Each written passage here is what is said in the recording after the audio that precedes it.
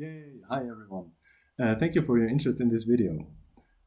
Today I wanted to talk about the dating when you're weird or when you're an awkward dude. And how I wanted to share what helped me to improve my situation, being the awkward or the weird dude I am. I myself, I got an ADHD. I am on the autism spectrum, and when I was younger, let's say, don't know, around the age of 15 or to 25, I was very desperate in getting a girlfriend. I was very desperate in making as many experiences because, like, the male socialization tells you you're only as much worth as how many women you have in bed. So that is, of course, very simplified and not very a great definition of malehood, but this is what to some point gets communicated to you in the media. So this was me back then. What I did is my situation has improved in the case that I have slightly more encounters or slightly more encounters sounds weird. Let's say slightly more, slightly more meaningful contacts, in whatever way they are, and it has improved. Was quite some journey. Like now, I'm not 19 anymore. I'm soon 34, and it was a journey, and I wanted to share what I learned through this journey. So the weird me. I always thought for too long that a girlfriend would be kind of a solution for a lot of my problems, and it didn't become better until I started to understand, okay, why am I actually the weird dude I am? Why am I the oversensitive person? Why am I constantly puzzled in my thoughts and so on? So I found out that I have an ADHD and I'm on the autism spectrum, and that didn't change. That didn't change so much that actually changed how I dealt with my personality.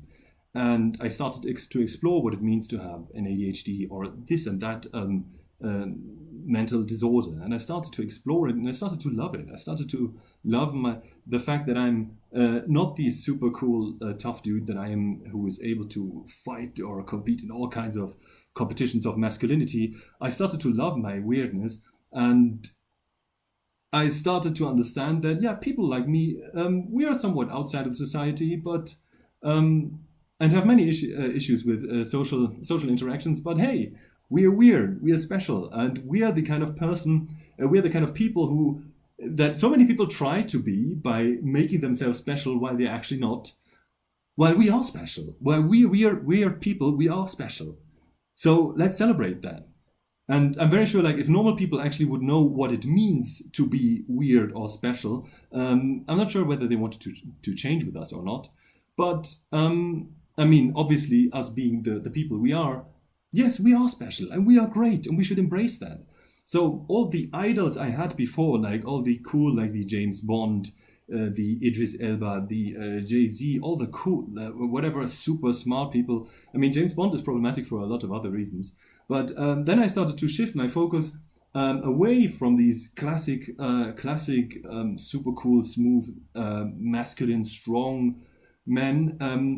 Not because they are bad, I still love Idris Elba, but I started to discover people who actually are much more like me. The Donald Glovers, the Issa Raes, the Zendayas, the even on YouTube, Star Puppy, like wonderful, weird, awkward people, like the YouTube series Misadventures of Awkward Black Girl. Like, this is basically dating from a weird perspective, but from a perspective of a woman. So I could learn so much of that. And at some point, when I started to feel more comfortable in my weirdness and just say, okay, I'm somewhat outside, or for whatever reasons, neurotypical people are people without autism, without any mental disposition. So when so-called normal or neurotypical people started getting interest in me, they started getting interest in me as at the point when I started to become actually more comfortable in my weirdness and started celebrating myself with all my quirks. And then I realized that these normal people I was desperately trying to date and desperately trying to be, oh, why can't you love me? And so on. I started to realize that their attention or their love or their feelings of affection for me were actually not the feelings I actually wanted. Or they actually felt, now when they actually were there, they felt quite different than I hoped and I expected. And I started to realize, like, for so many years, I tried to date normal people, be finally with normal people, fit in. And I started to realize that at that point, when I somewhat had the chance to deal with them, I realized I actually didn't want that. And their feelings of affection, their feeling of love did not feel actually how I hoped it would feel. And so I started to realize, okay, how about, or like whenever also, when I ever had love experiences, I started to realize, no, this is actually not everything. My try of being one of them continued in every phase of this whatever love relationship, and it doesn't feel fulfilling at all. So I started very much clearly inspired from the Black resistance, support your own people. I started to date black and weird. So whether you're black or not, who is watching this, I can strongly recommend start dating weird. Start looking for weird idols. Start celebrating your weirdness. And whether it is normal people you're up to or not, like this was the best decision I ever made, because like the few weird people I met, I mean, we're not so many, the few weird people I met, the encounters were also much more meaningful and much better than everything I had before. So I can strongly say, normal people will always make you feel, always make me feel awkward. They often don't make the same effort in social encounters as I do, and I often constantly am always living with this fear of getting abandoned, which is normal, but which is again a completely different fear when you're weird. And I've given normal people enough attention, so I personally have made the decision to start dating weird, concretely start dating black and weird, which is. And since I do that, I don't have much more encounters, but I know very much what I'm looking for. I'm very comfortable in the time when I'm alone, which is still quite a lot, but this alone is much more peaceful, much more self-chosen, much more much more okay. I'm much more okay being alone, and I'm actually very happy when I finally find someone who is somewhat, in some ways, like me. So, yes, and it's also for us men. It's a great